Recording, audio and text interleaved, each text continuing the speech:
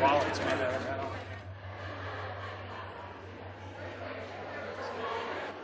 Most people don't know what a dead man's trigger is.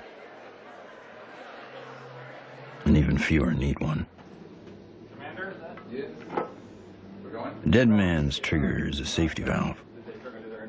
For reasons of security, a person prepares a recourse of such severe action that if harmed, they will release a cache of damaging evidence against those enemies.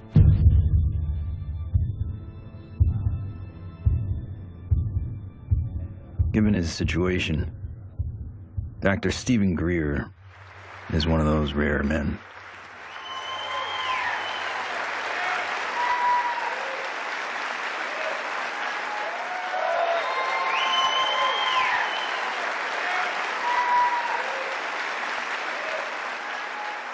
Why would he need one? He's not the first person to push the disclosure of a corrupt military-industrial agenda.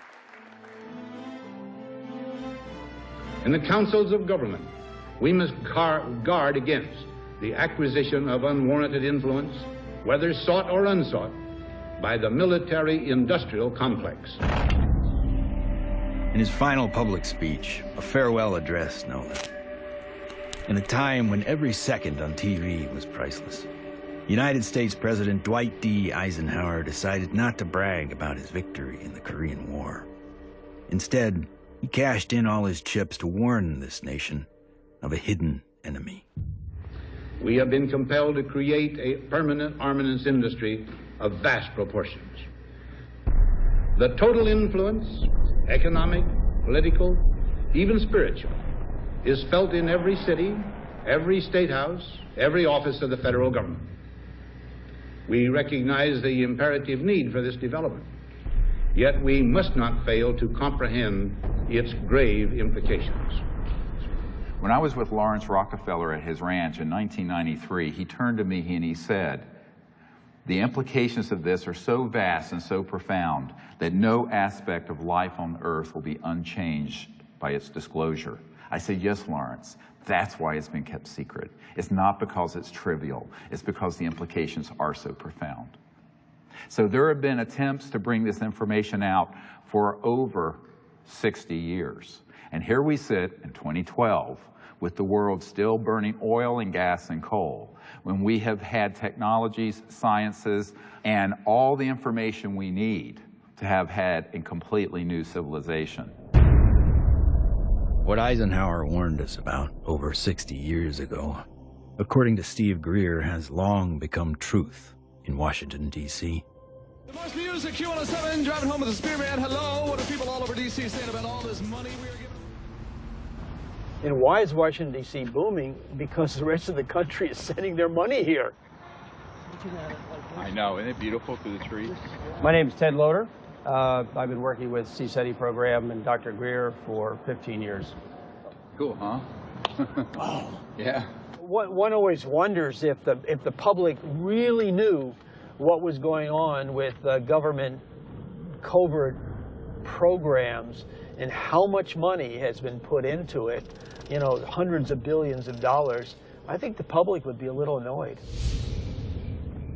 Thomas Jefferson believed all men have the right to life, liberty, and the pursuit of happiness. The government they formed would serve to secure those rights. But when corporations or other specialized groups of men become more powerful than those who govern, our security is at stake. Thomas Jefferson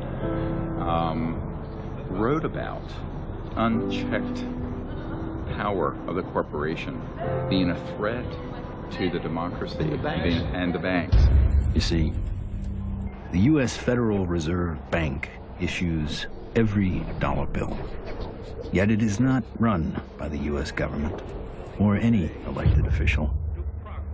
It is owned by a private banking cartel. But here I find the chairman of the Federal Reserve, who's in charge of the dollar, in charge of the money, in charge of what the money supply is going to be, The middle class is being wiped out, and nobody's understanding that it has to do with the value of money. Prices are going up.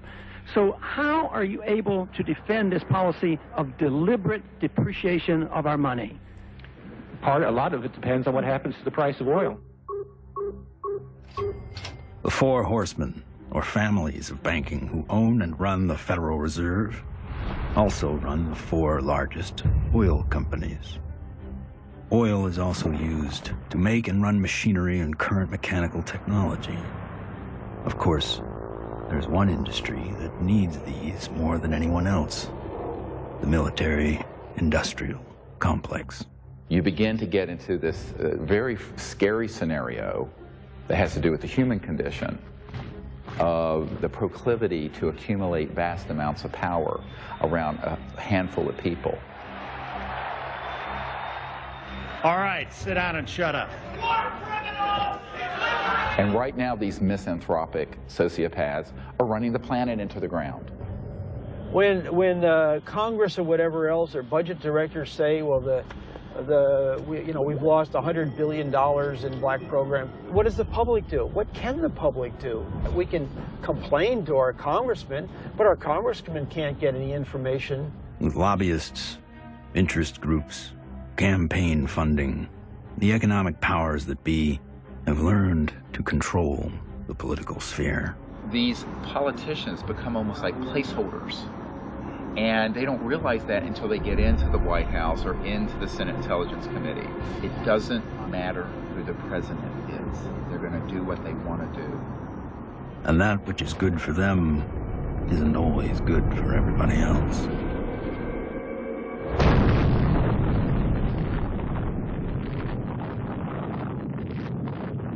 From 1945 to 1998, 2,053 nuclear bombs exploded on this planet. The United States detonated over half of them. Now I am become death, the destroyer of worlds.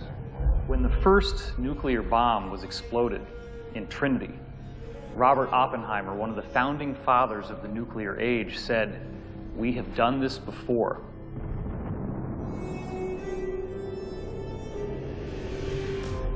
It could have been that Oppenheimer was speaking about weapons described in the ancient Sanskrit texts like the Mahabharata, in which they refer to a bolt of iron charged with the light of 1,000 suns.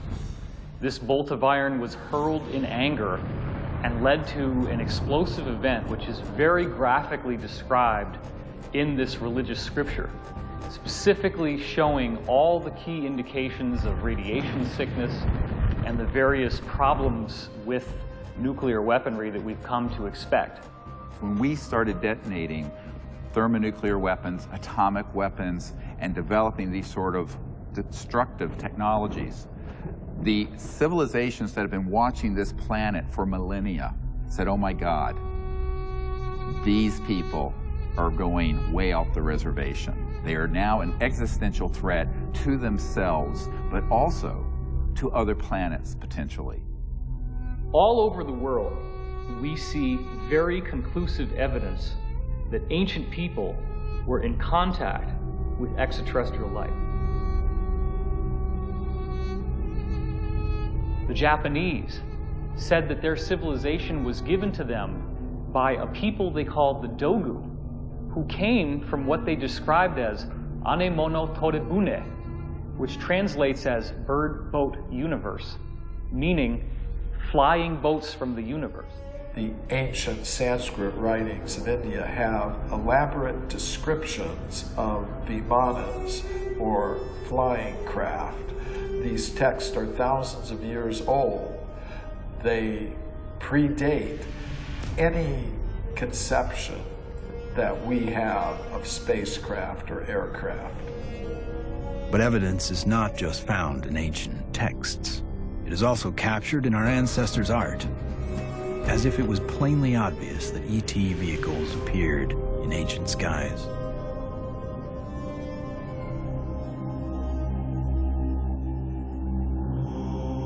It is a foregone conclusion by most broad-minded people that we are not alone in this universe. The question is, how close are they? And we all looked up at once. It was almost like an intelligence told us, hey, look over here, we're here.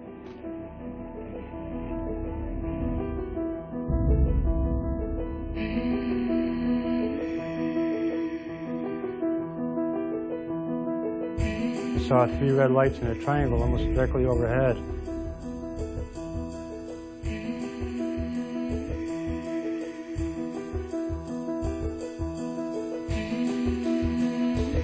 I saw these things and I ran inside and got my brothers and sisters.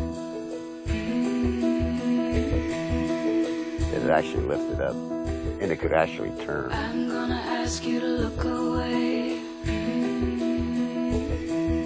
I love my hands, but I wasn't one who believed that UFOs might exist. I was satisfied they exist. the life I have isn't what I'd seen. They estimated 100 yards from the left wing was this 100-foot disc.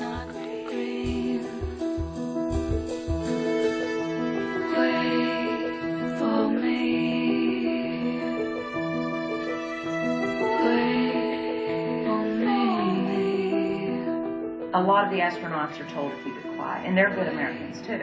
They develop the film from the moon, everything that's done by NASA.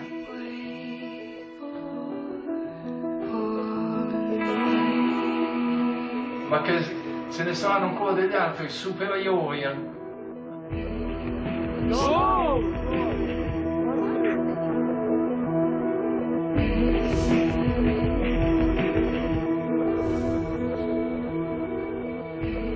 There's so much evidence out there that even if less than 1% is true, that would be enough to collapse the current paradigm and change the whole planet.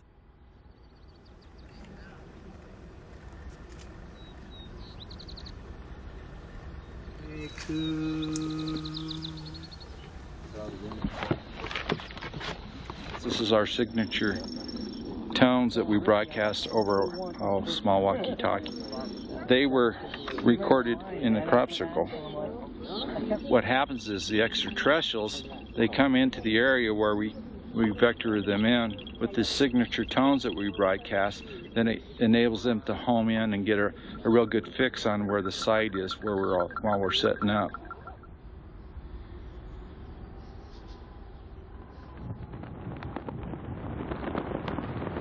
The whole concepts of the crossing point of light, the physics of consciousness, and interstellar communication all were developed on a kind of a vision quest we did here in '95 or '96. Astronomer J. Allen Hynek developed a scale to identify the types of human ET encounters. From his original 3 categories, a 4th, more controversial, has been added, CE4. Even more controversial, Stephen Greer added a 5th kind of encounter, CE5. Human-initiated contact. So, how is this done?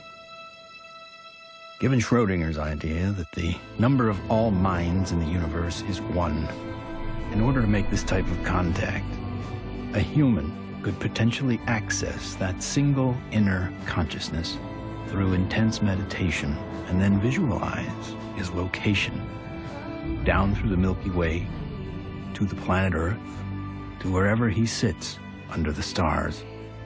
In theory, then, any extraterrestrial passing by would be able to hear the broadcast and know exactly where to go, if they choose to do so.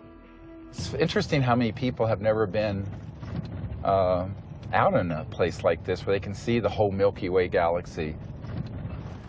Most people who come for a week, it alters their life. There's meditation techniques, there's remote viewing techniques, and once you start learning these processes and refining them, then you can make contact more quickly, more easily, and be more of an asset to the group. Checking to be sure that there's no source from anyone else, so that when we do start having electromagnetic signals through this, we know that it's a legitimate source. My name's Emery Smith. I've been with CSETI for approximately 3 years. Getting the baseline reading from us.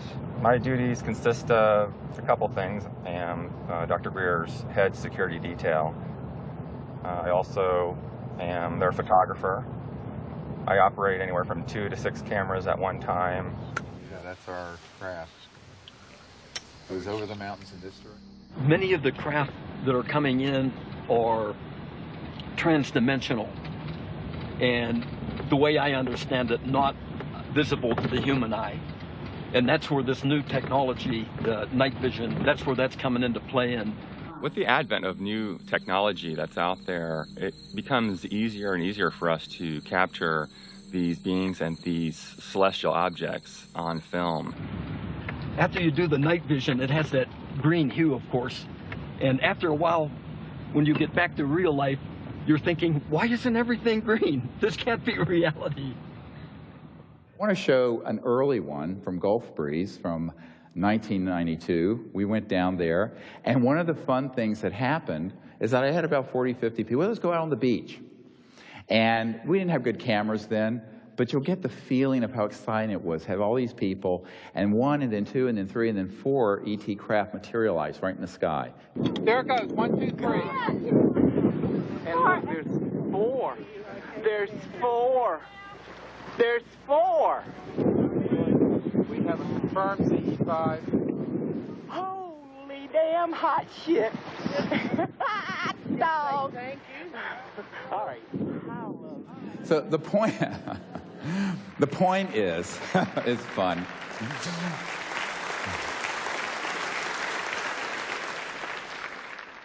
It's your responsibility to go into meditation, find a little bit of time, 10, 15 minutes, and remote view who's up there and how many.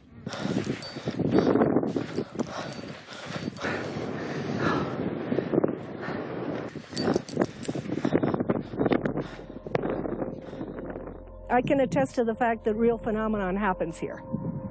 I really feel that his CE5 protocols are based on a spiritual kind of positive contact, and I think that that is an excellent model for any kind of communication, whether it be on Earth, in the United Nations or wherever, but in this particular field it's with cosmic cultures. And we use consciousness, meditation, visualization, remote viewing, certain tones, and we do it in a group when we can, or even as individuals. It's just been this series of unbelievable events that are amplified by our meditation. It enforces this communication between us and the ETs, and it's so interactive. I could feel everything, I could hear all the sounds just right there. Perfect. And then this being, the little larval one comes up, and we had this hug, and I shared the joy in it, and I'm like just thanking it for this experience. And let's do what we can to feel as if it would feel that this is perfectly normal and natural. Oh, sure. And that, you know, this is... Relax and get in that flow consciousness, exactly. So I was jarred by our group getting like tripped out and in that kind of, like I was startled by some of the ways that our group was being, and I was going, and then there was moments where I was like, wow, I can only imagine how a visitor might feel. The ETs pick up on your intentions, and if you're really out there just to learn and really want to communicate with these extraterrestrials, well, it's going to happen. Avahanam Narayanam Padma Bhavam Vasishtam Shaktim Chatat Putra Parasharam Cha Yasam Shukam Goda Panam Mahantam Govinda Yogindra Matashashisham. And we ask these extraterrestrial civilizations to join us as they begin to learn of us, to help us, and to understand us, even as we endeavor to understand them and welcome them here to this beautiful planet.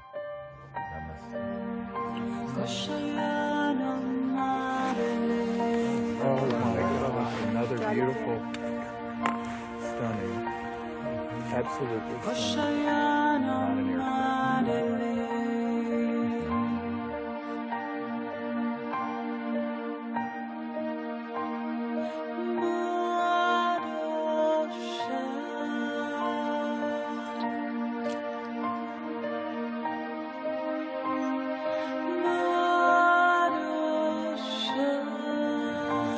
here comes a military plane, very quick. Yeah, there's a very fast military. Okay, they're gonna go. Oh. It turned right to it. Yeah. Literally, my heart literally sunk when the jet, you know, got to where the craft had to phase out. Yeah. And like to feel all that love build, and then to feel that jet coming in, and it was like on a heart level, my heart literally sunk when the jet crossed the path where it had to take off.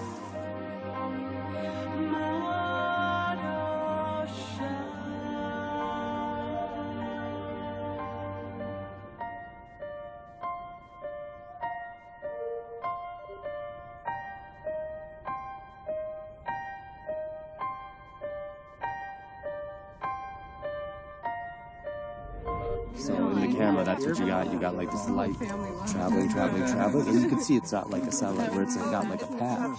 It's got like a, you know, like a movement. Yeah, and then it's gone.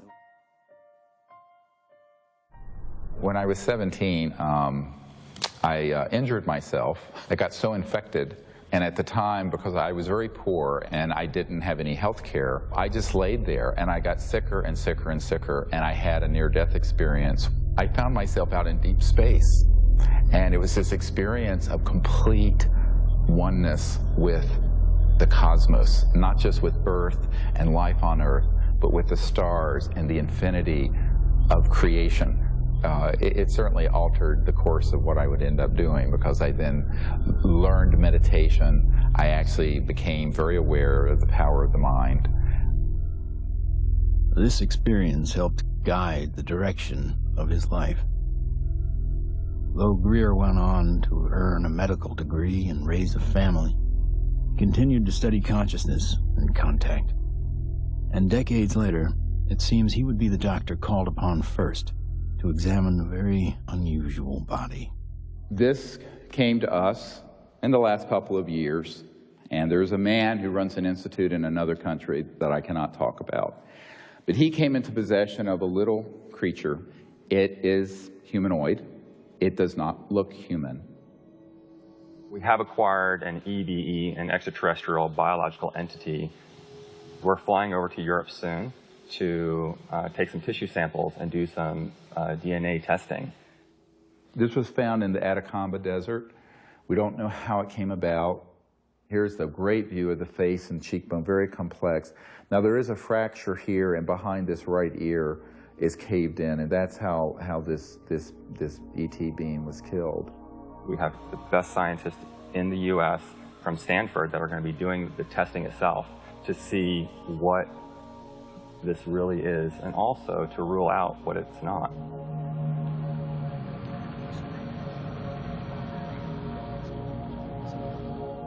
The initial reaction that I had is the same reaction that many of my colleagues here at Stanford and elsewhere have had when I've shown them, is that, wow, what is this?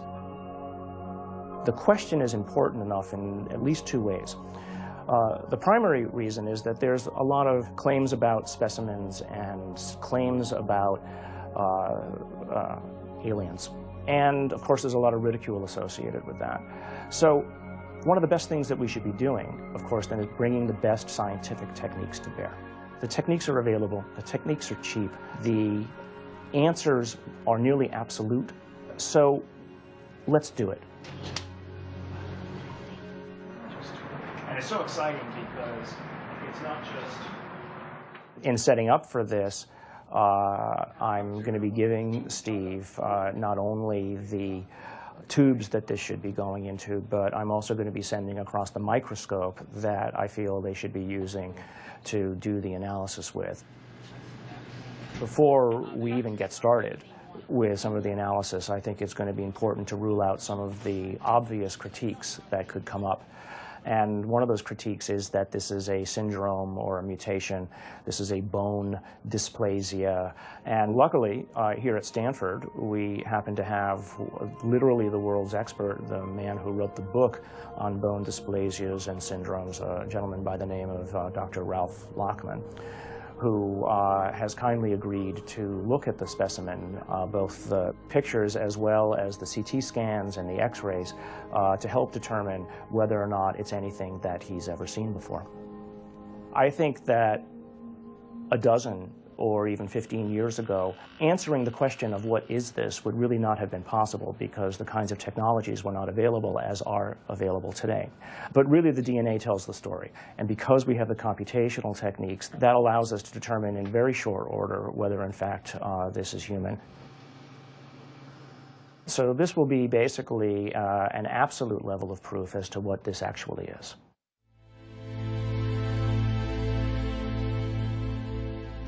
The problem is not proving that UFOs exist. It's when you begin to expose the energy and propulsion systems behind how they're getting here. You're talking about unveiling an entirely new science that would replace oil, gas, coal, nuclear power, public utilities. And this is the $600 trillion problem.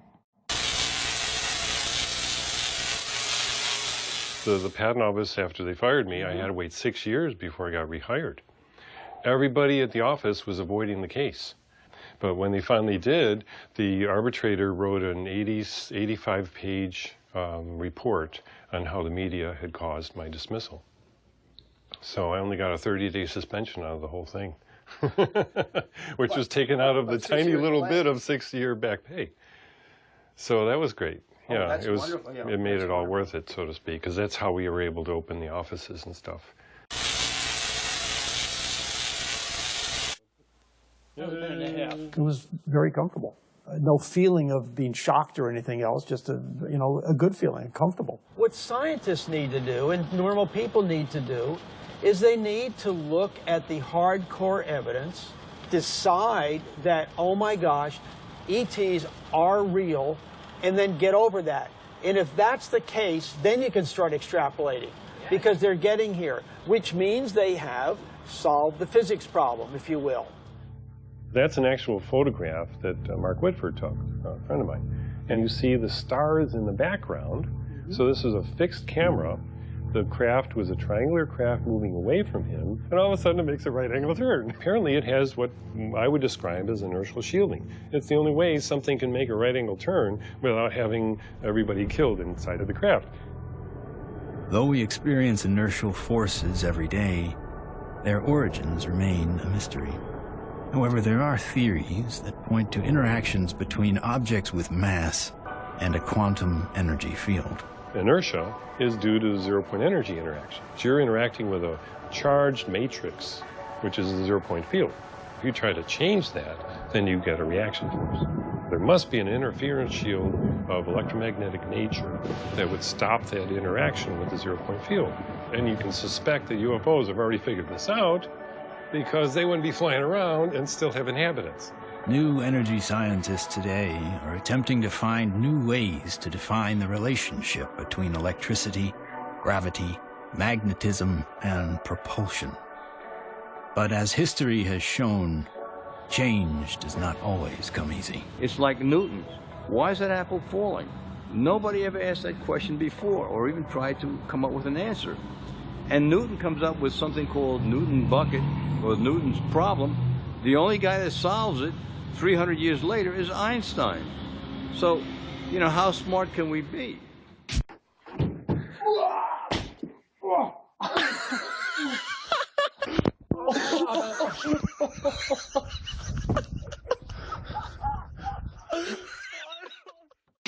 If you look at everything normal within the conventional wisdom, you're not going to learn anything new. My name is Morgan Boardman. I am the Chief Financial Officer of Morningstar Applied Physics. My business partners are Paul Murad and Dr. John Brandenburg. What we're doing, like I said earlier, is we're using a magnetic field that's rotating about the axis with the hope of generating a magnetic vortex. In essence, we are trying to start a civilian advanced research projects agency.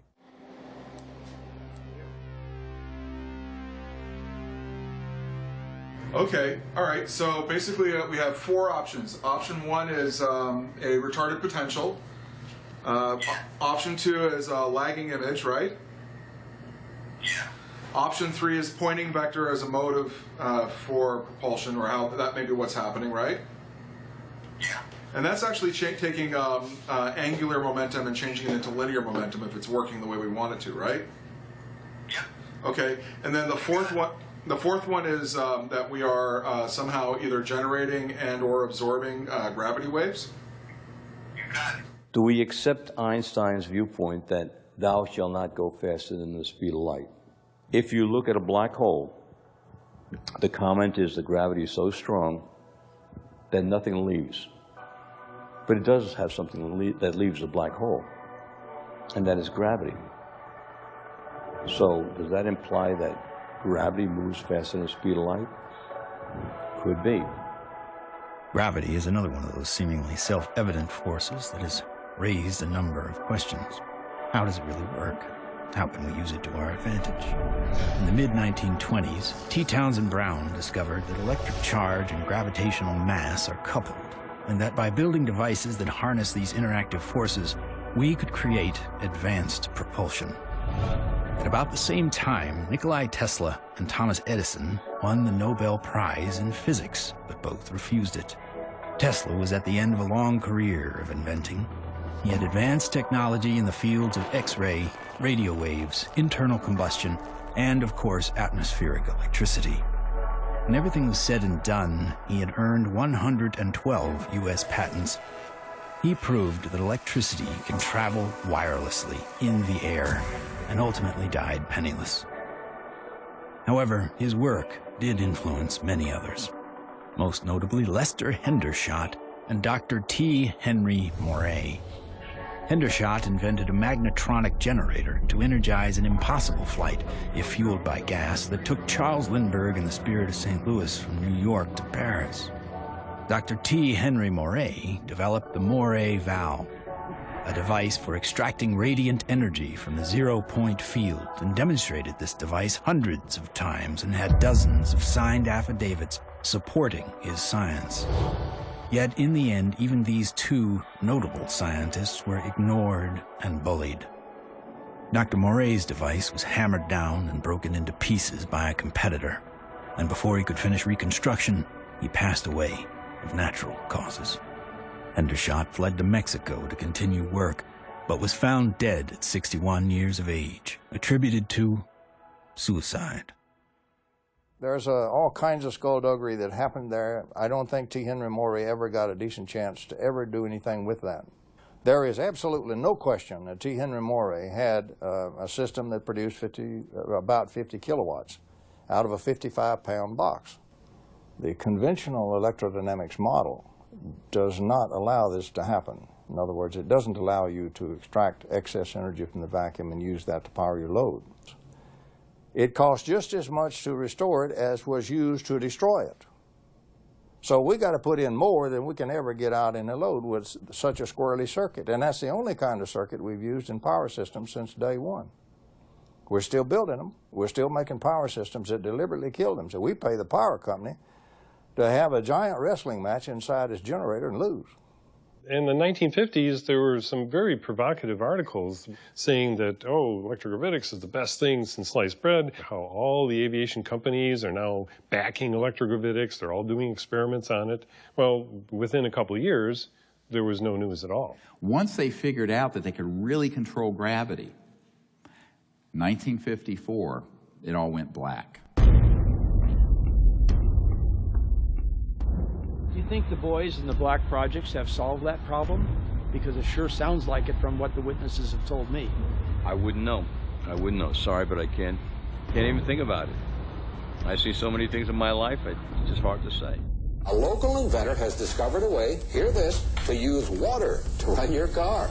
What Stan shared with me was interesting. In order to run this engine off of water, we've also had to learn the ability to adjust the burn rate of hydrogen to co-equal the fossil fuels. So he applies for a patent, and then he gets a call from actually a visitation by two guys from the Pentagon. The Pentagon flew a lieutenant colonel in last week to look at Meyer's invention. There's talk of possibly using it in the Star Wars defense program and to run Army tanks. But he asked that this become a public patent so that the civilians could benefit from it. And he indicated that if we don't do that, overseas people will.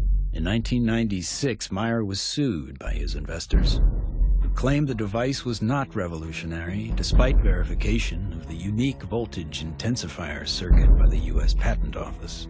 Meyer was brought to trial, but key evidence was not allowed. His oral testimony was not even recorded due to an audio recorder malfunction, and the judge recessed early for vacation. Later, Meyer made an appeal but was denied. He was found guilty of fraud and ordered to repay his investors, putting an immediate dent on the idea of funding new technology. On March 20th, 1998, Stanley joined his brother and 2 NATO officials for a dinner meeting. Stan took a sip of cranberry juice, grabbed his neck, ran out of the restaurant, and fell to the ground, saying, "They poisoned me." He fell down after eating at a restaurant nearby where he lived, fell down the parking lot, said, "I've been poisoned," collapsed. And that's on the police report? Yeah. The police report confirms his words. The cause of death was written to be an aneurysm, though he left behind just enough materials for others to piece together his process. The full secrets of his device died with him.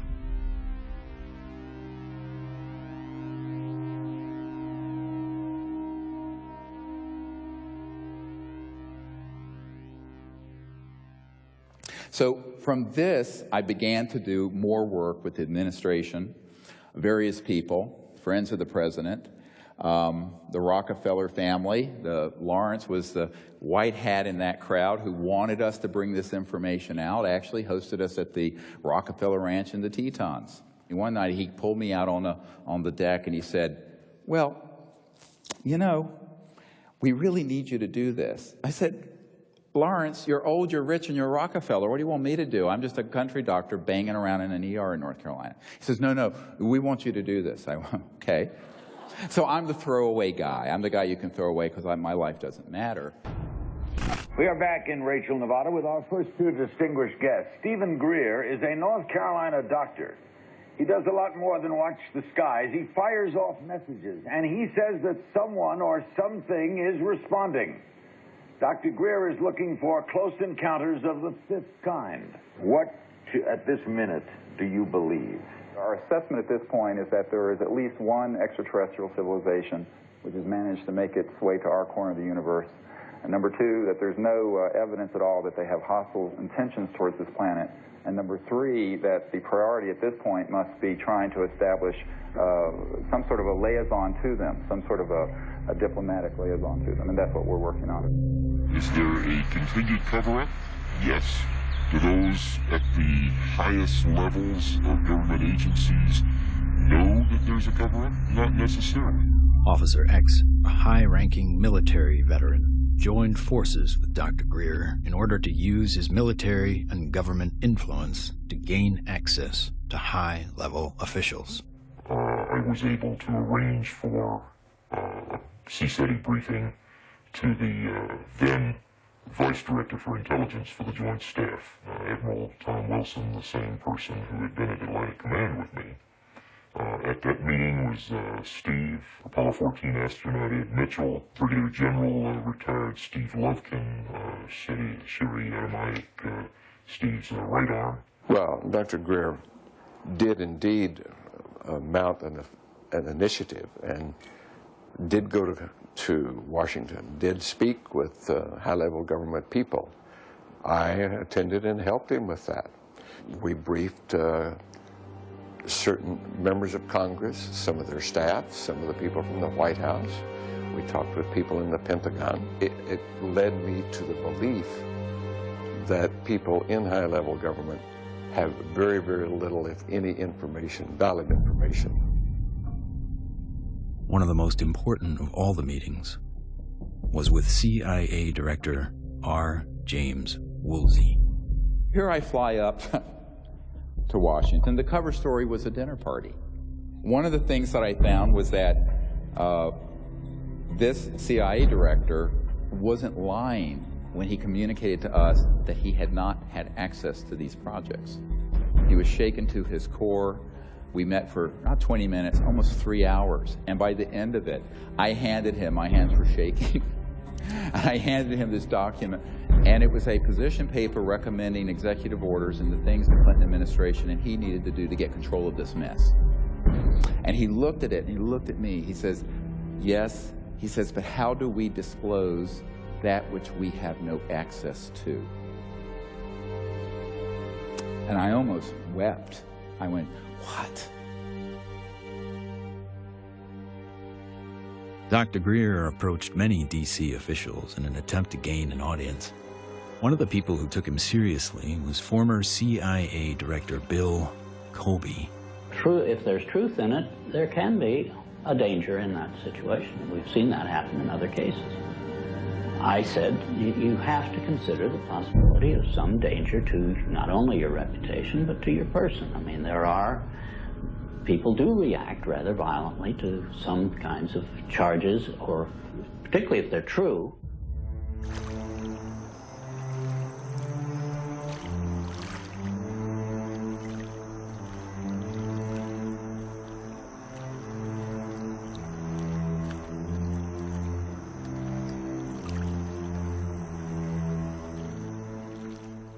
Now, you know, I'm a 30-some-year-old doctor with 4 kids, a golden retriever, and a house in North Carolina. So I'm going, this is down the rabbit hole fast. But that is the situation, my friends, when you're dealing with secrecy that is criminal and illegal. In 1997, in an effort to push his message deeper into Congress and the White House, Greer headed to Phoenix to prepare a video with his best evidence to show in Washington, D.C. While he was in the editing room, the biggest UFO witnessed event in history was about to happen. On March 13th, 1997, when the Hale-Bopp comet was very clear in the northwest sky, thousands of people were outside trying to get a glimpse of it when they also caught a glimpse of these orbs, giant orbs, equidistant in a V formation of 1 mile to 2 mile wide in some very credible reports. And that's the particular area where these phenomena keep popping up from my vantage point. The Native Americans living in the basin between South Mountain and the Estrellas have told me that not only were they looking up at the Phoenix Lights during the mass sighting, but they've been looking up at them for centuries. I live in a community called Loop, northeast of Flagstaff, on the Navajo Indian Reservation. We'll have to go back in time one day before. We saw 6 to 7 lights that were circling along the horizon. The entire street came out. It was almost like a block party. Everybody turned off their lights, everybody sat in their front yards, and everybody watched this unusual light show. I squeezed down the best of what I found and finally came forward in 2004 with the Phoenix Lights, a skeptic's discovery that we are not alone. 10,000 people approximately witnessed this, one of the largest experiences of this sort ever recorded. The Phoenix Lights phenomenon didn't seem to be falsifiable in any way. It was being validated by most everybody that saw it. The ultimate, shall we say, insult was the governor of the state of Arizona, Fife Symington, finally calling a news conference saying that he has finally got the answer to the Phoenix Lights, and he introduces some staff member dressed up as a space alien. People got very angry because here is the top elected official of the state making fun of what I estimate to be close to probably 10,000 people saw this. Under the watchful eye of the public, Symington retracted his statement. If you had been here 10 years ago and standing out here and looking up there at the lights and the view, you would have been astounded. You would have been amazed. The so-called Phoenix Lights were seen by many people in 1997. Skeptics say they were military aircraft or flares, but not the former governor. It was probably some form of an alien spacecraft.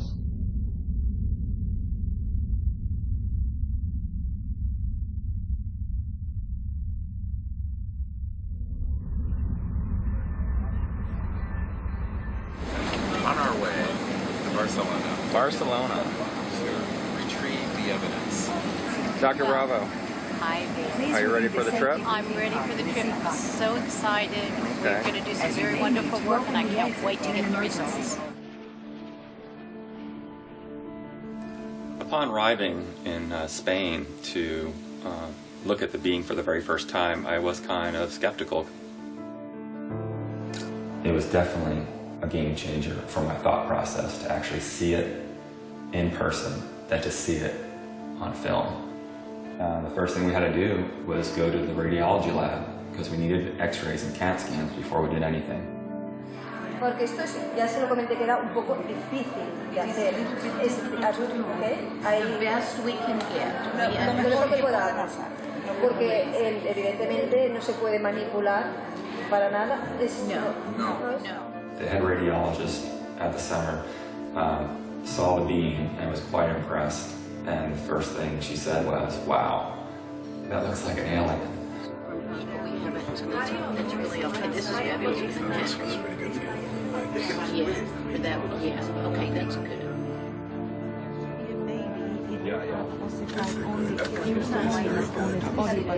This one is complete. And when the CAT scan images started coming up on the computer, it was just profound. And I saw inside the bone, and I saw, organs and lung material, brain material. I knew that this was not a hoax, it was not fake, that this was actually some sort of living creature. Right, well, if somebody made it, they have a future in microsurgery because they were smart enough then to put in these millimeter-wide bone holes where the arteries go in to feed the bone marrow.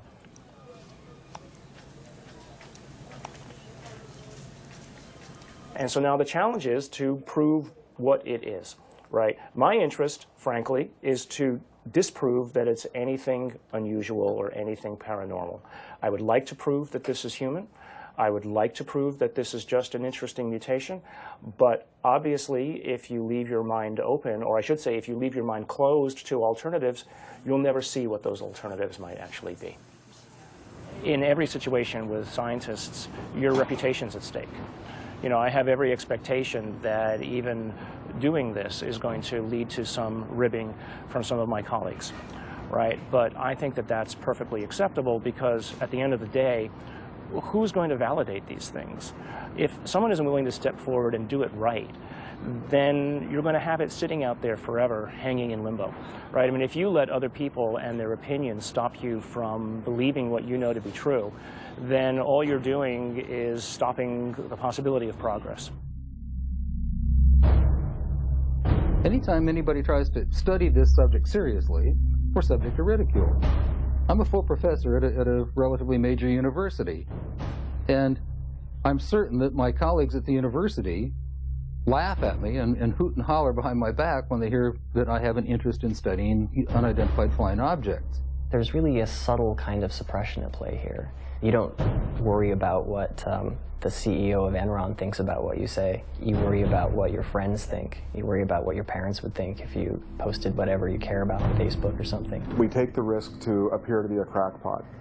There may be people who are going to be threatened by that for any number of reasons. My feeling was that I was involved in a lot of strange activities, so I tried to say to myself, let's not look at this with too much exposure and mention it because there's a question of credibility. This should be the subject of rigorous scientific investigation and not the subject of rubbishing by tabloid newspapers. MUFON is the Mutual UFO Network, and it was founded in 1969 by Walt Andrus. And our mission statement is the scientific study of UFOs for the benefit of humanity. MUFON is the world's largest UFO investigative organization. We have approximately 3,000 members worldwide. Approximately 500 of those have their PhDs. These are people who really would like to delve deep into the UFO phenomenon and try to figure out not only what it is, but how it's happening. Armed with what he thought was some of the best available evidence, including the Phoenix Lights, Steve Greer organized a Project Starlight briefing before several Congress, Pentagon, and White House staff members. Things seem to be on track for disclosure. Of the device and the internal, all of it, with a lot of detail, and this is a cutaway. This was done and escaped government control. Whereas the Bentwaters case took 20-some years in England. So this is in our possession and not the Ministry of Defense. So, where it would never be found. Where it would be going to a black hole. Yeah. But then, the bad news came. Sherry Adamiak, Steve's partner and longtime friend, along with Steve and another team member, were all suddenly diagnosed with a malignant cancer. I've had these experiences since I was a child or a young man, but to articulate them so other people understand them, I need someone with capacity to hear it. She was that person. I mean, it's been, you can't resolve things. It's been very hard for me. Oh yeah, you know, I know. Get up I know every it day, has been. you know, but.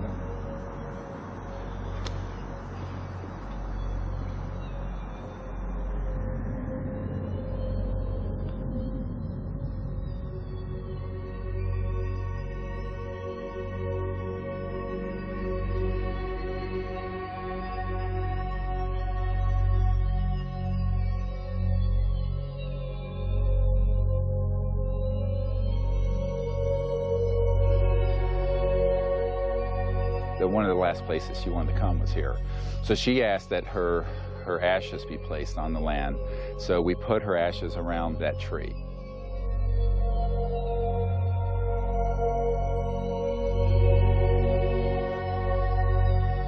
I don't take anything for granted, frankly, and so each time that I do a presentation or lead a group, I think, this may be the last time.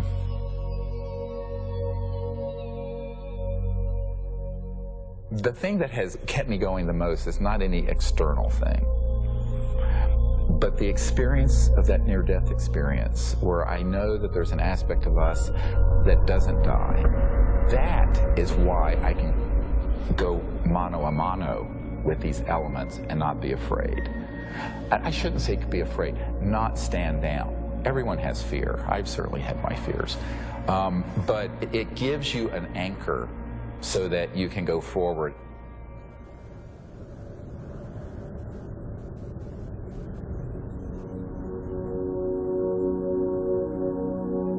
More than ever, Dr. Greer understood what he had always sensed. It was not the power of a cosmic field or quantum vacuum that would propel us into a new world. It was the mind.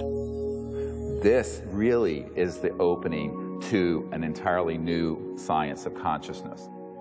You can maybe think of consciousness as a television set. On the TV screen you see pictures and sounds and so forth, and if you tried to find out where that was coming from and you looked inside the television, you're not going to find it. It's not there. The signal is in the radio waves around it, invisible to us, that's being interpreted by the television as pictures and sounds. So this is very much like the state of how we understand the mind and consciousness. Dr. John at Princeton proved that putting your awareness on a device that was a random number generator would affect it. So you have this random number generator and it's producing 50-50 ones and zeros. And then you introduce a person into the picture and you tell them, try to affect it with their mind. Think more ones or more zeros. You measure that, and sure enough what they found was that there are more ones or more zeros being produced that correlate to that person's intention. So we can see effects being produced forwards and backwards in time, which is really strange. Distance doesn't seem to matter as much. You can get the same strength of effects if you're right in front of the REG or if you're on the other side of the planet. Consciousness is a non-local field, and it isn't limited to your brain waves and body. Dr. John once had the opportunity to ask the Dalai Lama if he thought the random number generators themselves were conscious. And the Dalai Lama thought about it, and his reply was that if you think they're conscious, then they're conscious. Just like consciousness can have positive effects on the zeitgeist or ether, It can also work the other way. Unfortunately, when you start to deal with inventors who have anomalous results that seem to be over unity, paranoia seems to accompany that process. And John Searle's famous for having a circular magnetic device that has both energy and propulsion built into one unit. And the electric company felt that this guy was stealing money, took him to court, went to jail, his house caught fire, and all of his property and all of his designs burned. The concept of freedom, this sort of idea of people having the liberty to pursue happiness and to pursue abundance, this has been completely, in a sense, turned upside down. We actually reprinted a report on the military involvement of the Department of Energy. And it's so extensive, it's the major operation that goes on there. There have been over 5,000 patents that have been sequestered by the national security state, taken out of the public domain. Many of them deal with energy technologies. It's a policy that the military seems to feel is necessary for national security. However, at this point, we often wonder, 50 years after World War II and the Cold War, whether such sequestering is necessary. Suppression of new technology would be an obvious plague on the idea and strength of a free market system. Yet, it still seems to happen right in front of our eyes. And this is a huge controversy, one of the largest, maybe most intense controversies in the history of science. There's nothing worse, I found, than suggesting to academic physicists in particular, and academics in general, that they are not only wrong, but disastrously wrong, catastrophically wrong.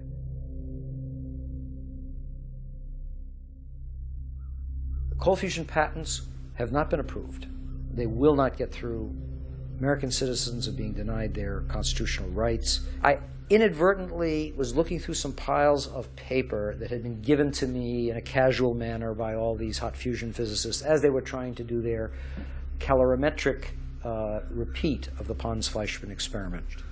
And I was stunned. I couldn't believe what I was seeing. It looked like monkey business to me at the time, and it has turned out to be exactly that. It was represented as a negative result when it was positive. And that data is scientific fraud, as far as I'm concerned. It's been referred to legal authorities in the government. I asked for a review at MIT, got nowhere.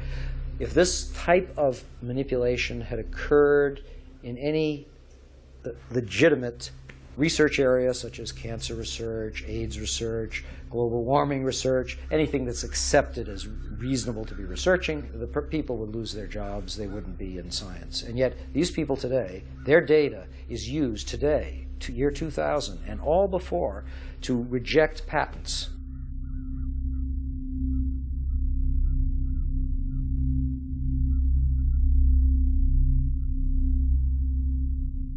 Yes, there is serious criminal activity going on that ultimately must be rooted out.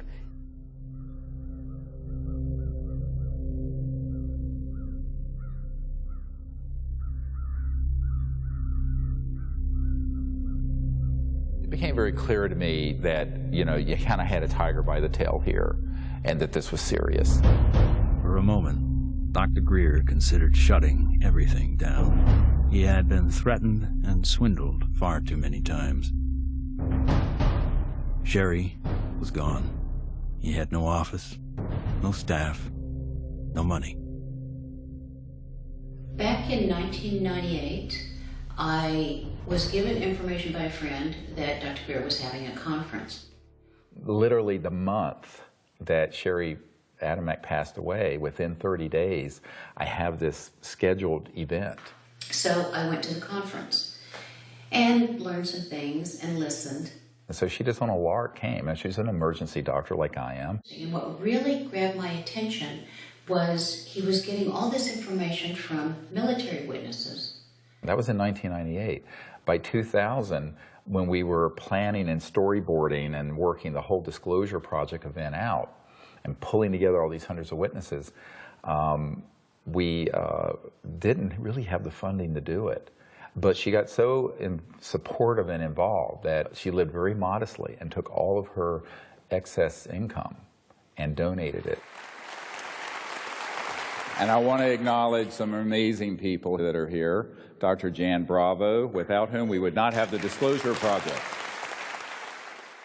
But it's not just the funding she's provided, it's the moral support and the encouragement and the friendship. And so she's just become a very key person. And, you know, it's sort of metaphysical and odd that literally the month that Sherry Adamek passed away, within 30 days, I have this scheduled event.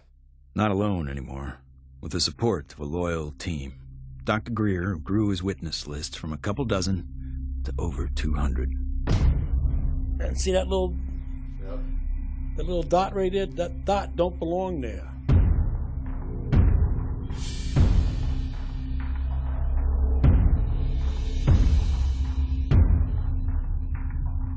He said, I'm one of those what you would call the high government official in the FAA. I was a division chief. There was only 3 or 4 down from the admiral. I was awarded the Air Force Guided Missile Insignia. I was the first photographic officer in the Air Force to get they called it the missile badge. So I forgot who it was that called, but he says, we got a problem here. What's the problem? He says, well, it's that UFO.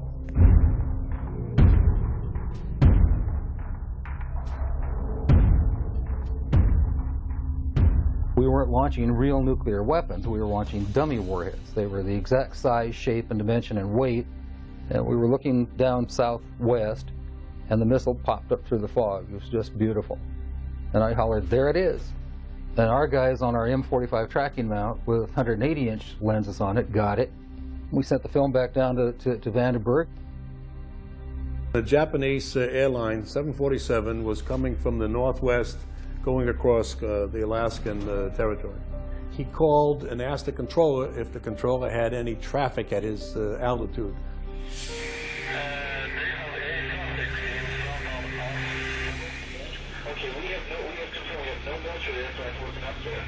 His radar is picking up a target.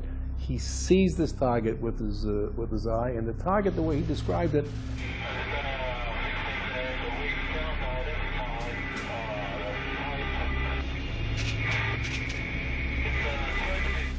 a huge ball with lights running around it, and I think he said it was like 4 times as big as a 747.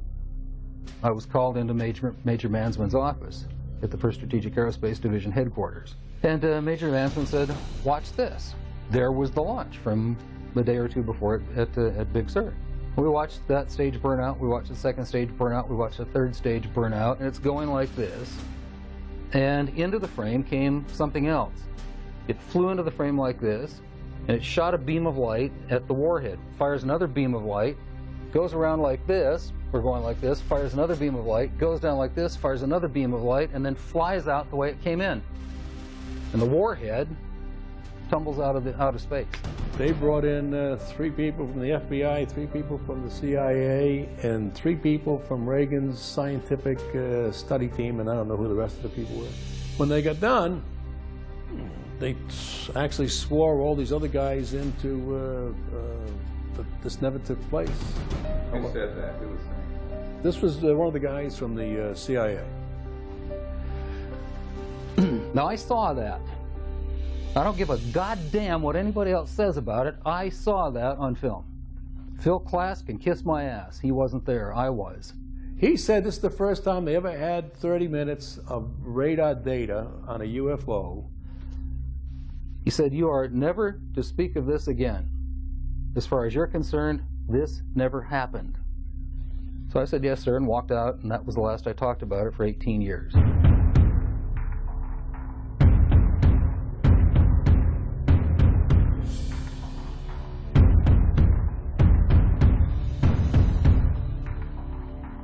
I had the original video that I took, and I had the pilot's report, and I had the FAA's first report that was all downstairs on my table.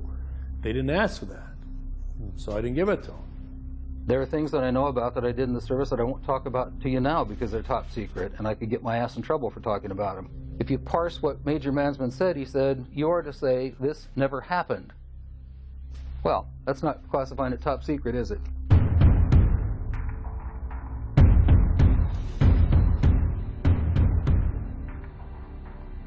And I was a part of a United States Air Force cover-up for 18 years. But who do you tell that you were involved in a UFO incident without them looking at you like you ain't wrapped too tight? What we photographed up there affected me for the rest of my life and made a huge impact on my understanding of the universe and of governmental manipulation of our minds.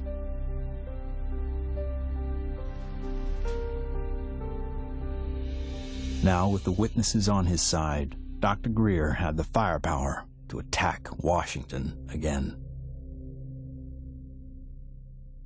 We are not alone. That's the message a group of pilots, scientists, and former government officials want Congress to hear. 21 members of that group already have testified in Washington for what's known as the Disclosure Project. And we had all volunteers who organized that whole event.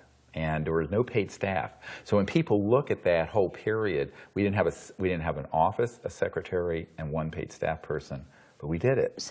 Dr. Stephen Greer heads up the Disclosure Project, a group that compiles information from people who say they've encountered extraterrestrial forms of life. 20 years ago, in 1980, I was a security specialist assigned to RAF Bentwaters. Objects made incursions over our WSA, fired pencil-thin beams of light into them, and adversely affected the ordnance, possibly. There were bodies that were involved with some of these crashes, also some were alive. What do members plan to do with their information? They hope Congress and President Bush take notice. We are asking for the U.S. Congress and for President Bush to move towards an official inquiry and disclosure on this subject. Those that don't want to believe you will never believe you anyway, so it doesn't matter. It doesn't change the truth. A spokesperson for the Senate Science, Technology, and Space Committee says no congressional hearings are planned right now. Elaine Quijano, CNN Headline News. I stand before you today in my almighty God, and I tell you this. If Congress calls me in and says, will you testify in detail what you know, I stand here today prepared and ready to do just that. Governments must never lie to the people. Thank you.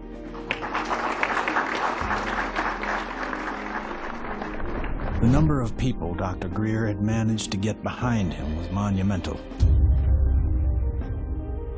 In a perfect world, an event of this proportion, with that amount of coverage, would have been enough to start a legitimate movement. But of course, we hardly live in a perfect world.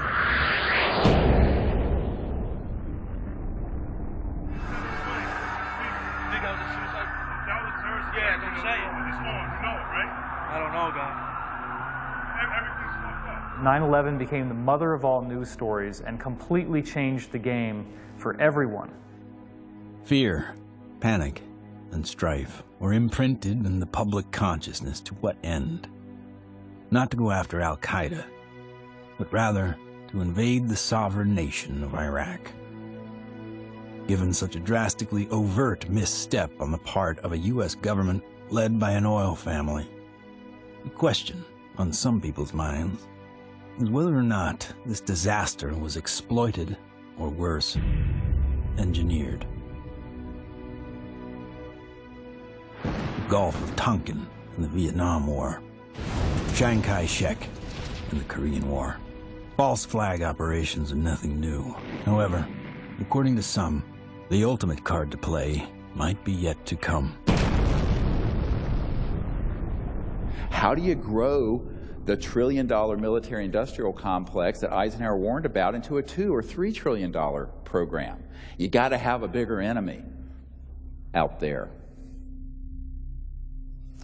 Von Braun's purpose in life during the last years of his life, his dying years, was to educate the public and decision makers about space-based weapons.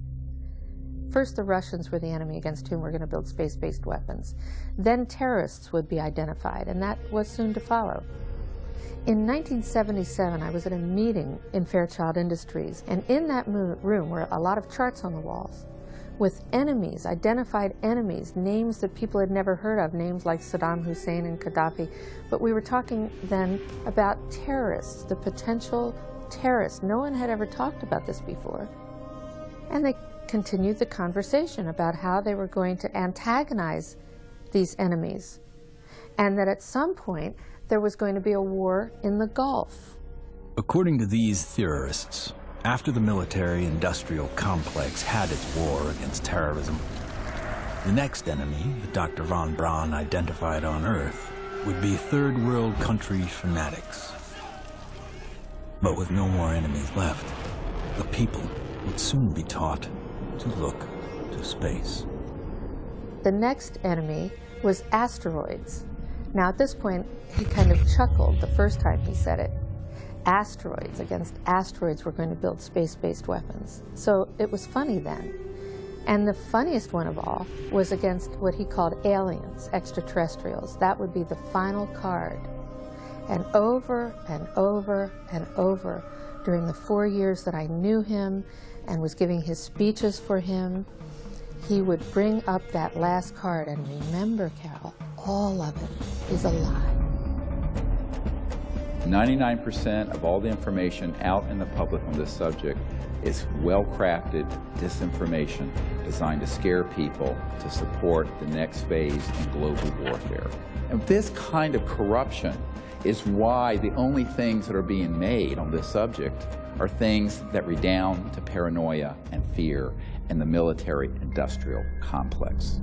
I occasionally think how quickly our differences worldwide would vanish if we were facing an alien threat from outside this world. I don't think we're moving forward if we trade, factional and ideological war from one ethnic or religious or economic system into an interplanetary conflict, because that's A, not survivable, and B, would be even worse in terms of galvanizing the world around a military structure. That has been the central organizing principle of our society for a few thousand years, actually. It is hard to concretely prove that 9/11 was a false flag attack because the people behind it are so good at covering their tracks, especially with the compliance of mainstream media. If you had trillions of dollars, you'd be pretty good at it too. The adversary is closer to home. It's the Pentagon bureaucracy. According to some estimates, we cannot track $2.3 trillion in transactions. $2.3 trillion in transactions. According to the Comptroller General of the United States, there are serious financial management problems at the Pentagon. Fiscal year 1999, 2.3 trillion missing. Fiscal year 2000, 1.1 trillion missing. And DOD is the #1 reason why the government can't balance its checkbook. I would like for you to respond to the questions that I've put to you today. I've forgotten what the second question was. How does one carve out a billion unacknowledged or 10 billion unacknowledged taxpayer dollars? In many cases, at the end of a fiscal year, when there is so-called leftover money, they may or may not know that money may in fact go to a special access program. There are two main types of special access programs: acknowledged and unacknowledged, or USAPs. Those programs are basically totally off the books, and they are able to actually vacuum up money to be a self-perpetuating funding mechanism. Certain USAPs are waived and also completely managed and controlled by private contractors, so they enjoy the secrecy protections only afforded to private corporations. There is virtually no high-level government oversight for these types of USAPs. In many cases, no elected official, including even the president, have knowledge a particular USAP even exists. Between 1947 and 1949, the government passed the National Security Act and the CIA Act. These laws allowed the intelligence community to withdraw money from any agency without disclosure. Essentially, money could be stolen from any program, and no elected official would ever know about it. Great view of the eye socket. Very different eye socket. And that's another thing that the scientists who've looked at this at Stanford have commented on. If you look at this creature and you look at the cranial vault, how large it is, the size from the eyes up is at least 3 times that of a human. One of the first things that Dr. Lockman immediately remarked upon was the shape of the head and the skull. It was not something that he is accustomed to seeing, and it was quite interesting and in some ways exciting that the associated features that you would expect from a syndrome of that nature were not found.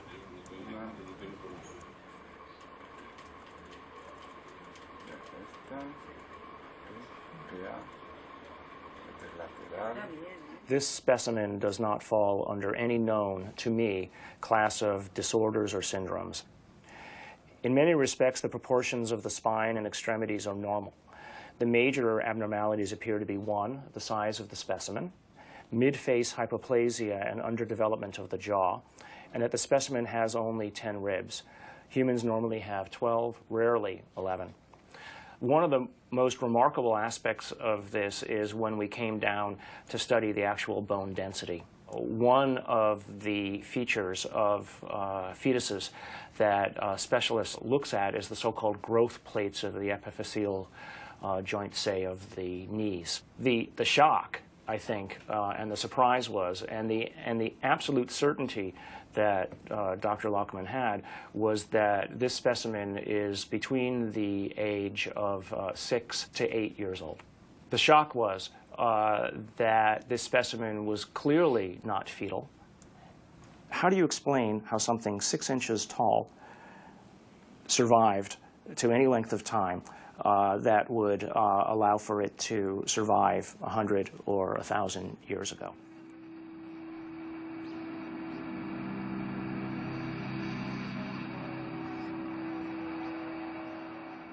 And what amazes me is the media. Well, they're so compromised on this, they don't dare do anything but follow the company line on it. The company line being a series of lies. This is a document talking about the current program at the CIA. And it says that the PAO, Public Affairs Office, has relationships with reporters from every underlying major wire service, newspaper, news weekly, and television network in the nation. In many instances, we have persuaded reporters to postpone, change, hold, or even scrap stories that could have adversely affected national security. Now, what's the purpose of this? The CIA has no mandate for anything domestic. The FBI is domestic. What the hell is this? Where are we now? We are in a bread and circus. This is a phrase used to describe the creation of public approval, not through excellent public policy, but rather through diversion and distraction. No, I'm not doing that. I'm sorry. You are driving me nuts. That's ridiculous. Keep people fat, keep them happy, keep them diverted, and keep them entertained with dribble and shock and nonsense. That's, unfortunately, the sort of thing that has taken the place of news and information. So that what we're seeing today is a world in which perception is being managed by as little as 5 major media corporations who collectively control magazines, newspapers, corporate news websites, television stations, movies, documentaries. Who are these people? Who could be behind the curtain? Who could possibly be controlling us so effectively? A shadowy government with its own Air Force, its own Navy, its own fundraising mechanism, and the ability to pursue its own ideas of the national interest, free from all checks and balances, and free from the law itself. Majestic 12 is real. Notorious MJ-12, which is no longer called MJ-12. I'm trying to find out the new name. Basically, it's an oversight group intermingled with the National Security Council and the National Security Planning Group. They have full control. They have no congressional oversight whatsoever. They answer to nobody. whatever activity is going on, to the extent that it is a clandestine group, a quasi-government group, a quasi-private group, it is without any type, as far as I can tell, of high-level government oversight. And that is a great concern. Ladies and gentlemen, the very word secrecy is repugnant in a free and open society, and there is very grave danger, for we are opposed around the world by a monolithic and ruthless conspiracy that relies primarily on infiltration instead of invasion, on subversion instead of elections. Its preparations are concealed, not published. Its mistakes are buried, not headlined. Its dissenters are silenced, not praised. It is a system which has conscripted vast human and material resources into the building of a tightly knit, highly efficient machine that combines military, diplomatic, intelligence, economic, scientific, and political operations. And we are, as a people, inherently and historically opposed to secret societies, to secret oaths, and to secret proceedings. It's got too much tissue on it. They actually want a piece of the bone from at least like a 0.5 of a millimeter in. Como medio milímetro de... We took material from inside the cranium, also 2 clippings of the anterior front ribs of this being. And we were able to see under the dissecting microscope that in fact it did have bone marrow in them, so that meant there should be some good genetic material in there. It was really nerve-wracking. Imagine, 2 big guys here trying to operate on this 13-centimeter long beam. But we did it.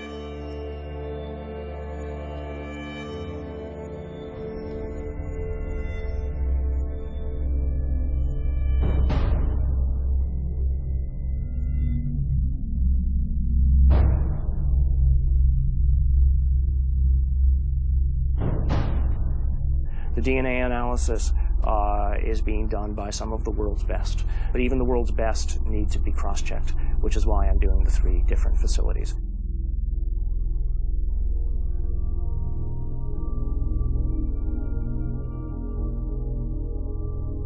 So I actually ran 4 samples. I ran a sample of my own blood. It was a very small amount, just 100 microliters. I ran 2 blanks, things that just had water in them, because that would be essentially a contamination control. And then, of course, the sample itself. And really, the all-important first result was whether or not there was, in fact, any DNA which was isolated. And the actual shock for me was when I got the amount of DNA out of this sample. It was way above what I had originally expected. What you have on the left here is a so-called DNA ladder. This is a size standard. This one on the end is, in fact, my DNA, and it has an expected size distribution as well as some banding. And validating the original measurement is this analysis that basically shows that we have a nice distribution for the sample's DNA. When we physicists look for alien civilizations, we don't look for little green men. We look for energy consumption. We look for type 1, type 2, and type 3 civilizations. What are we? We are type 0. We get our energy from dead plants, oil and coal. Around the year 2100, we will become a type 1 civilization. And we see the beginnings of that now. What is the Internet? The Internet is a type 1 telephone system. Imagine, if you will, sitting down to your morning coffee, turning on your home computer to read the day's newspaper. Well, it's not as far-fetched as it may seem. Information has largely been controlled in a top-down way. What we're seeing now is the dissemination of discoveries coming up from grassroots and not from a top-down centralized authority which has the ability to say, this isn't making it because we don't believe it's true, this is making it because it fits the mainstream. When we want to form a new team in a new country, then all we have to do is contact someone there using the internet, and suddenly they're a member of the node. From this online collective seems to come a real communion. People from all over gather in groups to investigate UFOs, with safety in numbers against ridicule and disinformation.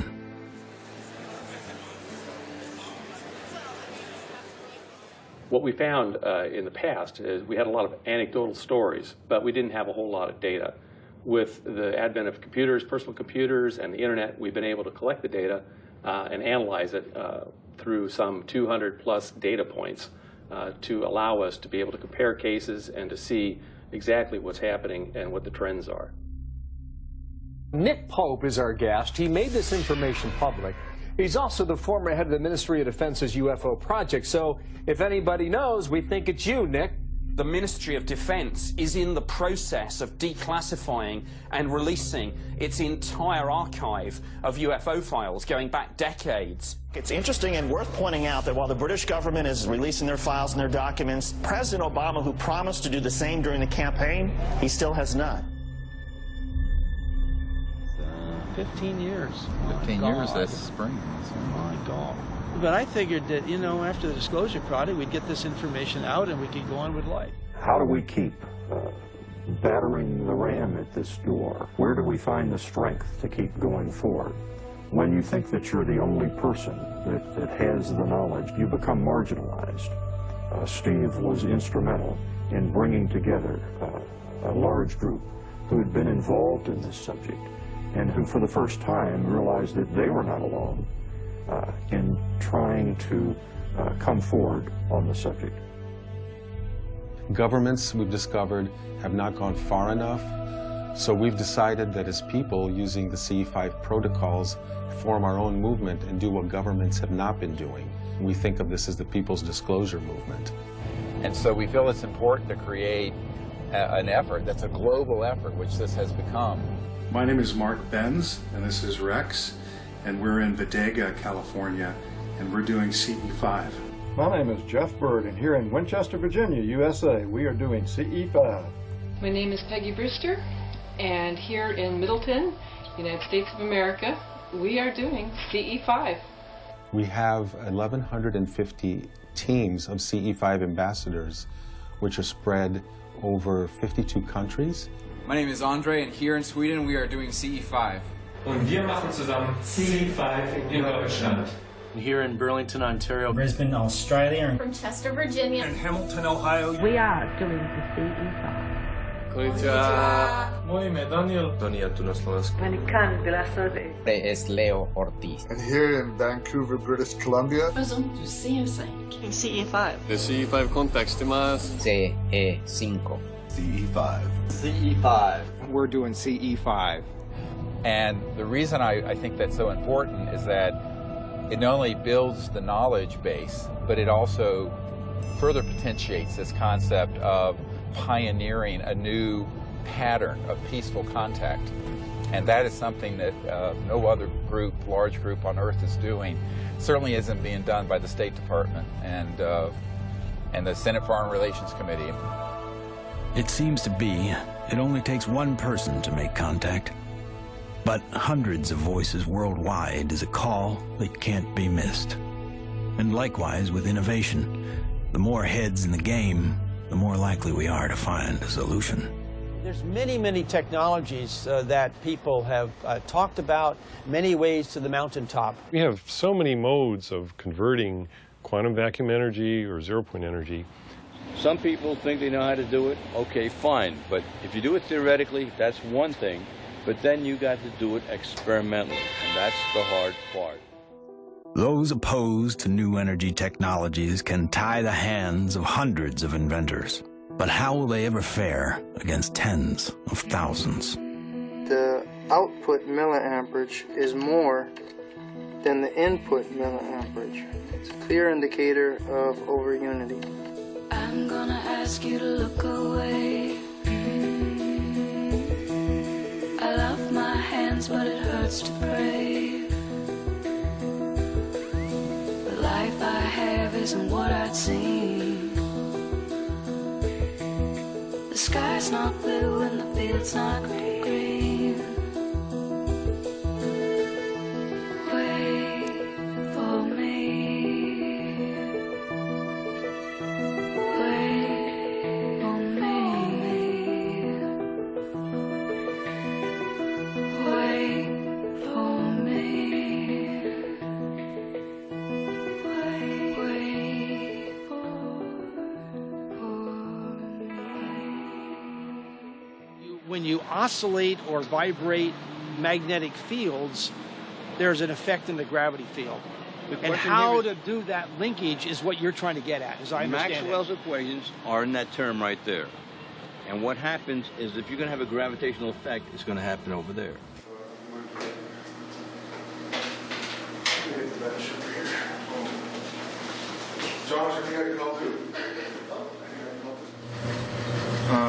This channel here represents revolutions per minute. These are representing weight that we're measuring on the load cells.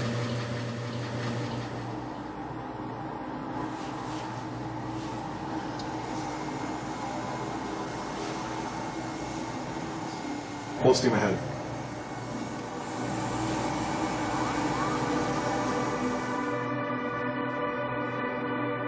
When we look at our data, we lost 7% of weight. If we move this thing and it loses weight, I must be generating gravity waves. Though the device maintains its shape and size in terms of dimension, it is losing mass. That's a possibility. If it is losing mass, then certainly it would also be affecting time in a very localized manner. By looking at new technology, you could break through new commercial aspects to improve our society. We should be looking for a disruptive breakthrough in this technology within the next 10 years. We're on the brink of developing any number of potential propulsion systems which can take us out of the solar system. I think we're going to beat NASA to the mark. So I graduated from the UCLA School of Engineering in 1976. I got a flyer from the School of Engineering inviting me to a lecture by Ben Rich. Ben Rich was the director of Lockheed's Skunk Works for 16 years. He oversaw a number of USAPs that were secretly managed at the Skunk Works, including, most notably, the development of the F-117 stealth fighter. Ben shared a slide set of about 40 slides of different things, starting with the U-2 spy plane, going all the way up to the stealth fighter at that time, mentioning that he couldn't talk about the other secret stuff. But when he ended his talk, he had a slide of a black disc zipping off into outer space. And he ended his talk with these words: "We now have the technology to take ET home." So you have to have vision, and you have to have the guts and the courage to go out past the steps and do something of any value, and we have to go past our grasp. And we asked him questions about it. What did you mean when you said we have the technology to take ET home? Ben shared three major things that I think are worthy of research by researchers worldwide at this point in time. The first was we've somehow figured out how to do interstellar travel already. It's known. The second point he made was that there was an error in the equations. My suspicion is it's probably Maxwell's equations for electromagnetic theory. The third thing he said was, how does ESP work? And I was really kind of startled because I didn't know what to say. But I blurted out, I don't know, all points in time and space are connected. And he looked me back in the eye and he said, that's how it works.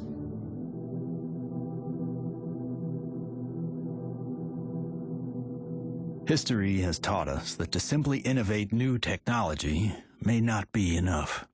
We have to find a way to get past the suppression. We've already now had a breakthrough just a couple months ago of the tritium battery. Finally, a company has come up with an actual commercializable unit, but it's very small. It's designed for an IC or some small circuit component. So this is a good sign, because it shows the way to introduce a free energy device is to introduce a small version of it. If you have a revolutionary energy device, it has to be introduced in a way that doesn't look like it's a revolution.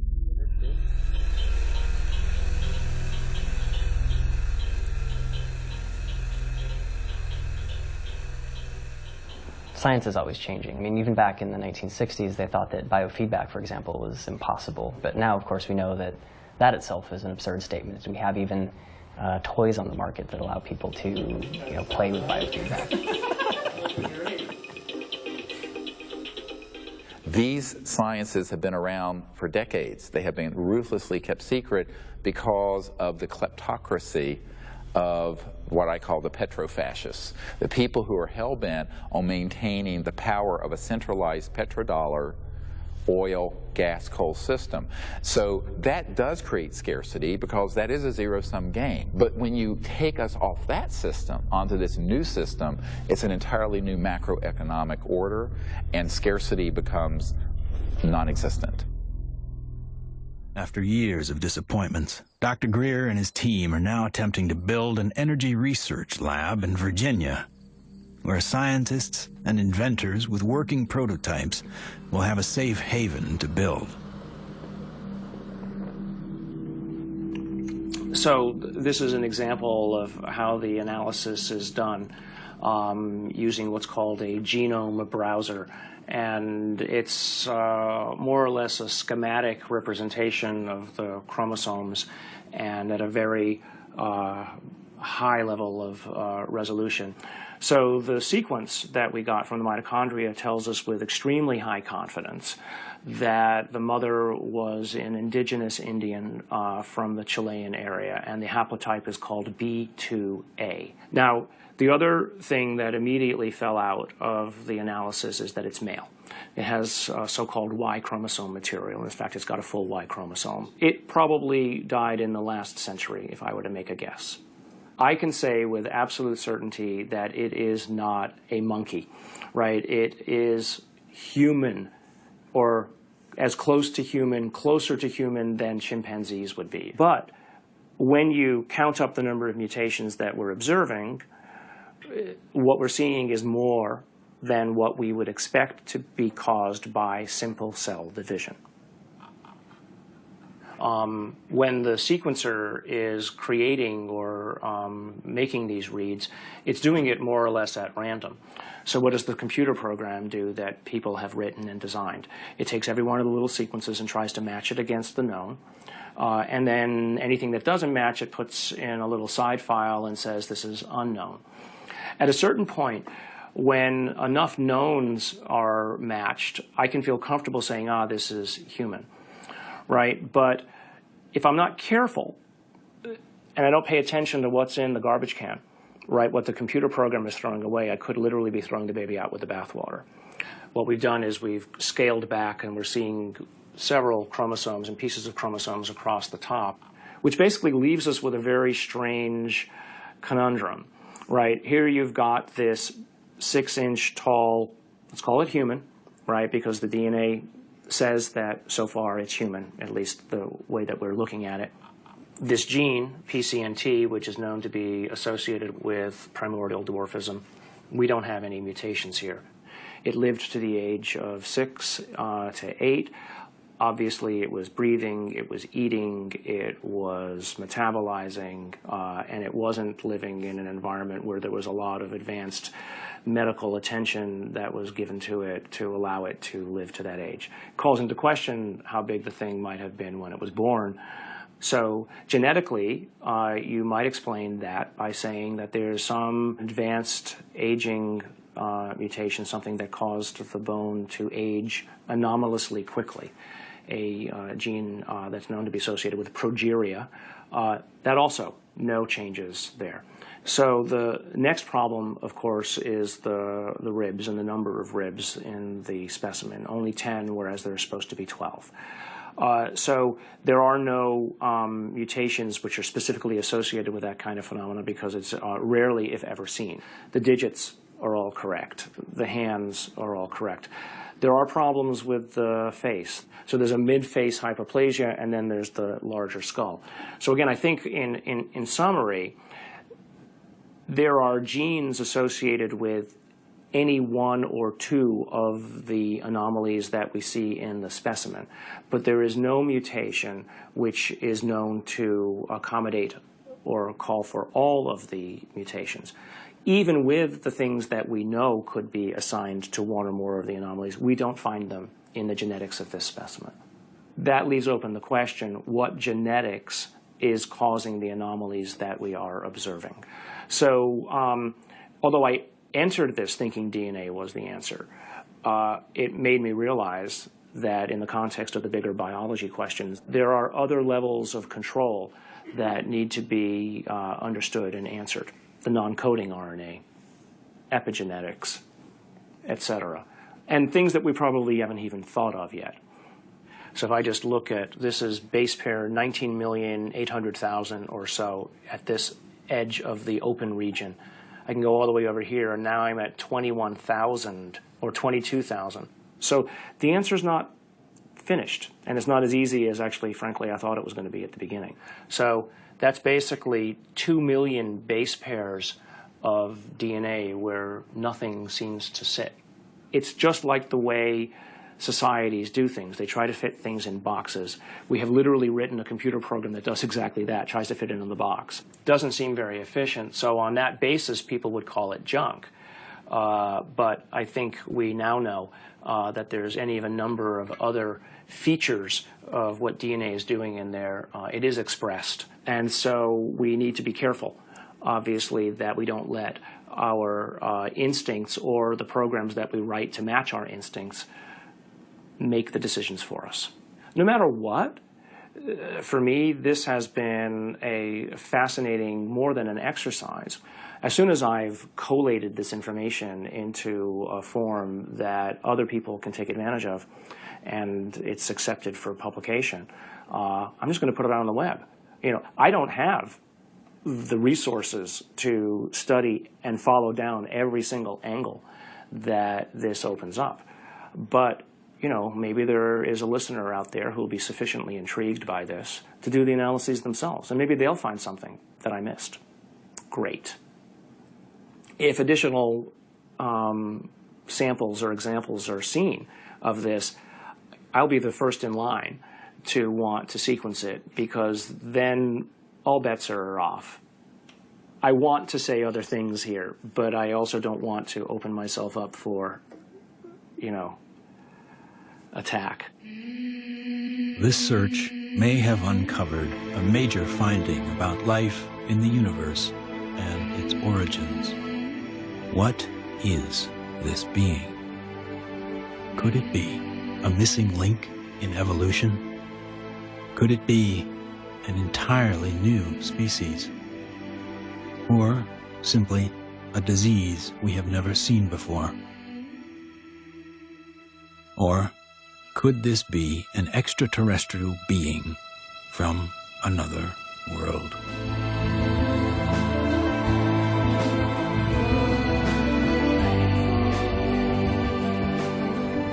Whatever the case may be, this challenges the boundaries of human scientific knowledge. Dr. Gary Nolan has set a new precedent for scientific investigation and rigor in the realm of the seemingly impossible.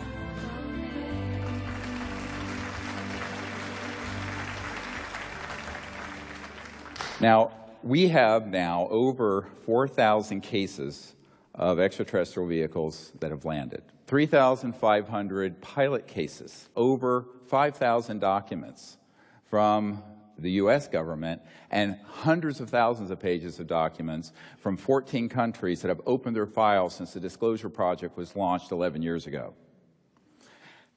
And yet, this isn't on CNN every night. And this is probably the most important thing going on this planet today, and yet nobody talks about it. If we don't explore what to do, we're going to miss the boat.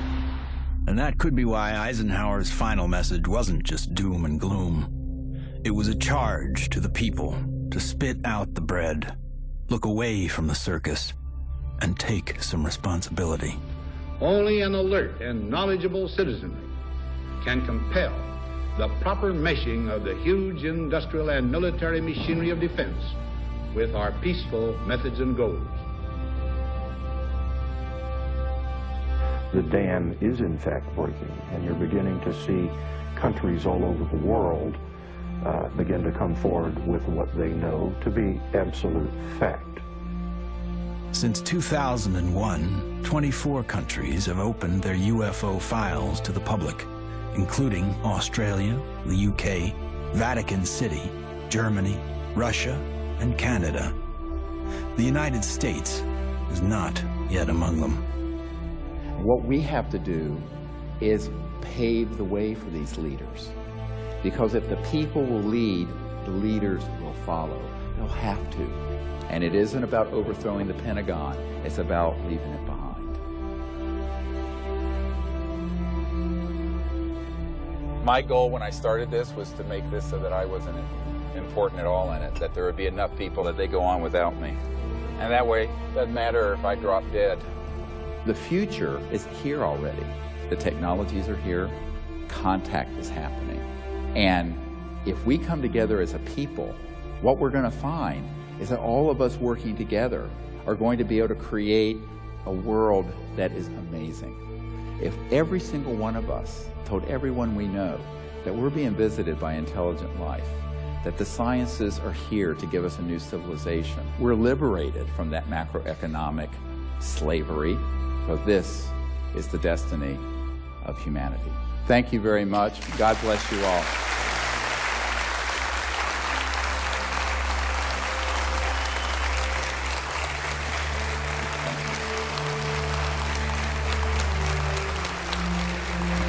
Thank you.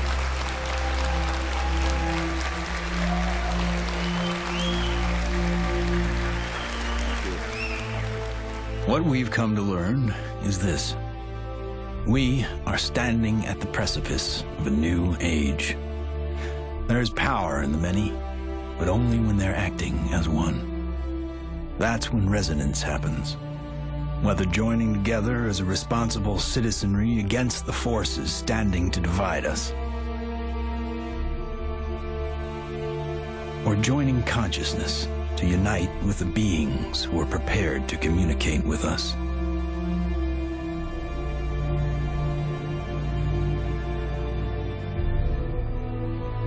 In order to succeed in this endeavor called life, we must come together as one.